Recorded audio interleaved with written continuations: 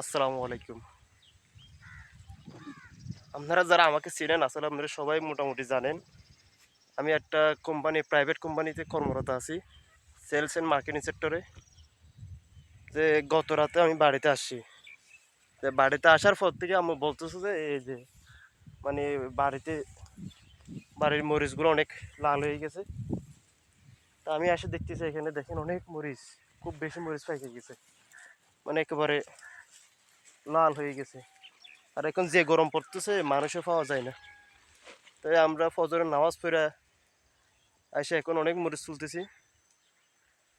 আসলে মরিচগুলা তো মানে তুলো খুব ভালোই লাগে, খুব ভালো লাগে। এখন তো মনে করেন রোদ উঠে নেই, তার জন্য একটু ভালো লাগতেছে আর কি।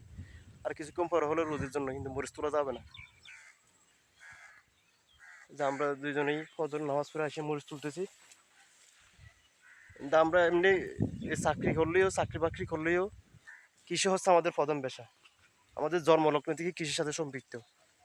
আমাদের বাপ দাদারাও কিন্তু কৃষি কাজ করে বড় হয়েছে, মানে কৃষি কাজ করে তাদের জীবিকা নির্ভর করে। এই কৃষিকে কোনোভাবে ছোট করে বাংলাদেশে কোনোভাবে ছোট করা দেখার সুযোগ নাই। কারণ কৃষির মাধ্যমে বাংলাদেশের 85% লোক জীবিকা নির্বাহ করে। দেখেন কি সুন্দর করে মরিচ, আমরা এখন মরিচ তুলতেছি।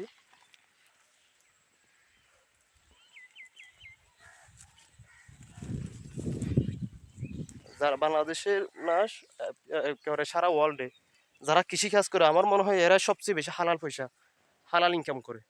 কিন্তু যারা শ্রমিক বা অন্যান্য পেশায় উকিল আদালত যারা কাজ করে, আমি তো নিজে একজন মার্কেটিং সেক্টরে কাজ করি, আমি নিজে তো মোটামুটি জানি। আরও বিভিন্ন সেক্টরে তো আমি এই যে গার্মেন্টস থেকে শুরু করে অনেক সেক্টরে তো আমি কাজ করছি। আমি যতটুকু জানি একেবারে পিওর হালাল পেশা হচ্ছে কৃষিকাজ। কারণ এই কৃষিকাজে আপনি নিজে কাজ করতেছেন, মন চাইলে 2 ঘন্টা শ্রম দিচ্ছেন, ভালো লাগতেছে না, আপনি বাড়ি যে শুয়ে আছেন, ওখান থেকে কিন্তু আপনার ইনকাম হচ্ছে। তো পরবর্তী ফসল উঠতেছে, এগুলো বিক্রি করে আপনার পরিবার চলতেছে বা আপনার এই ভরণ পোষণ সব কিছু এখান থেকে চলতেছে। কিন্তু আপনি যখন যে কোনো একটা অফিস আদালতে কাজ করেন, ওখানে শ্রম দেওয়ার কথা ছিল আপনার 6 ঘন্টা, কিন্তু আপনি শ্রম দেওয়ার সময় কিন্তু 10 মিনিট কম দিচ্ছেন। ওইটা কিন্তু আপনার হালাল হচ্ছে না। তাই কৃষিকাজ একেবারে পিওর হালাল পেশা বলা যায় আমার দৃষ্টিতে। ধন্যবাদ সবাইকে। আসসালামু আলাইকুম।